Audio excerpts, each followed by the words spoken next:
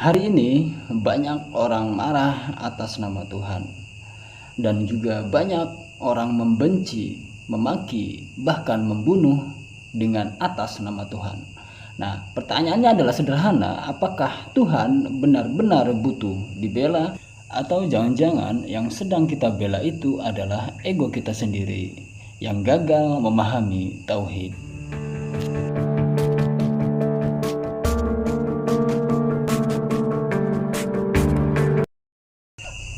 Oke, dan pada video kali ini saya tidak berbicara dengan tauhid yang biasa, tapi dengan kerangka berpikir yang saya sebut dengan tauhid universal.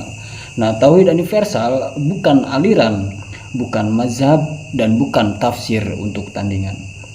Nah, tauhid universal adalah kerangka berpikir paling dasar ya, bahwa yang esa adalah sumber segalanya dan tidak pernah bisa dimonopoli oleh siapapun. Nah, adapun kerangka tauhid universal yaitu adalah ini sudah saya catat ya. Yang pertama di tingkatan paling tertinggi adalah zat yang mutlak dan tak terjangkau oleh ego. Kemudian asma. Nah, asma nama bahasa manusia menyebut yang tak terbatas. Nah, kemudian ada sifat. Nah, bagaimana cara Tuhan dikenali lewat keteraturan. Kemudian ada nurullah, nah, cahaya kesadaran. Nah, kemudian setelah itu barulah nanti ada nur Muhammad ya, jalan etika dan keteladanan. Nah, kemudian di yang paling terakhir itu adalah makhluk, manusia, alam, dan kita juga termasuk kemudian kehidupannya. Nah, di mana letak masalahnya? Masalahnya muncul saat makhluk merasa paling mewakili Tuhan. Nah, di sini kesalahan yang paling fatal dalam beragama adalah banyak sekali orang tidak sedang membela Tuhan ya, tetapi dia itu membela tafsirnya, kelompoknya, identitasnya, dan juga simbolnya.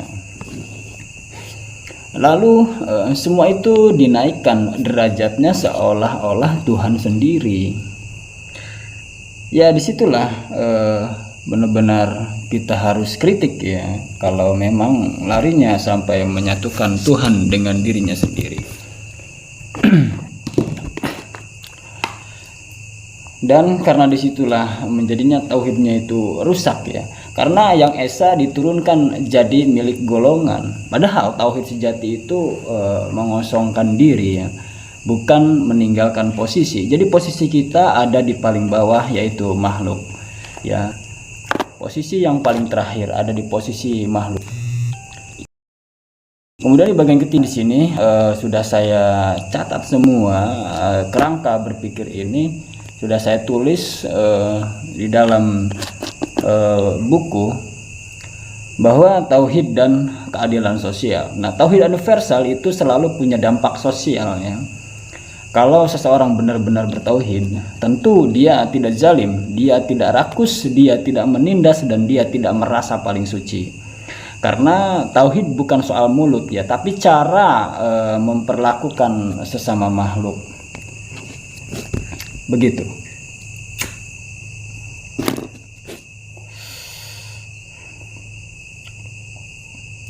Kalau misalkan ada orang yang rajin ibadah tapi kejam, itu bukan tauhid, tapi itu ritual tanpa kesadaran. Nah, kemudian di bagian keempat, Tuhan versus ego manusia. Tuhan maha kuasa dan Tuhan juga tidak lemah. Tuhan pun tidak butuh pasukan buzzer. Yang butuh dibela itu adalah manusia. Dari kebohongan, dari fanatisme, dari kesombongan spiritual. Tauhid universal tidak membuatmu merasa paling benar, tapi membuatmu takut menyakiti ciptaan Tuhan. Jadi begitulah apa penjelasan tentang tauhid universal. Dan kalau Tuhan masih perlu dibela, Mungkin yang kita sembah bukan Tuhan, tetapi mungkin itu hanya ego yang diberi nama agama. Tauhid tidak berteriak dan tauhid tidak memaksa, dan tauhid itu adalah membebaskan. Dan siapapun yang benar-benar bertauhid, maka dia akan lebih sibuk memperbaiki diri daripada menghakimi orang lain. Oke, itulah saya, Romi, hanya pencari makna yang sedang belajar memahami tauhid melalui situasi dan kondisi hari ini. Jadi jangan lupa ikuti saya terus untuk berbagi pengalaman bersama saya di channel Romi Tanpa Gelar.